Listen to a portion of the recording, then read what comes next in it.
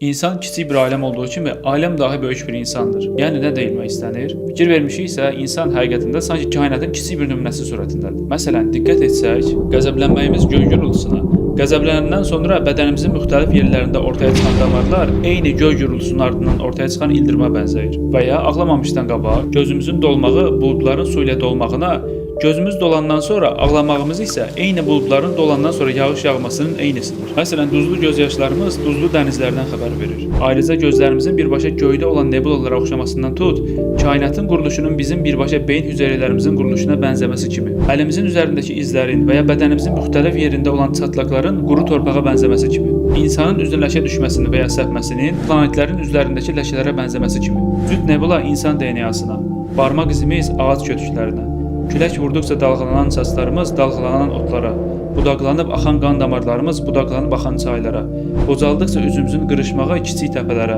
və s. kimi saya bilməyəcəyimiz minlərlə örnək. Həqiqətən biz insanı ən gözəl şəkildə yaratdıq. Əgər bu təfəkkür ilə dünyaya baxa bilsək, anlayacaq ki, həyat sadəcə iş, oyun, əyləncədən ibarət deyil. Şuurlu bir canlı olaraq öyrənməli və üzərində düşünməli olduğumuz çox mənalar var. Nə bu qüsursuz kainat boşu-boşuna yaradılıb, nə də insana şuur elə belə verilib.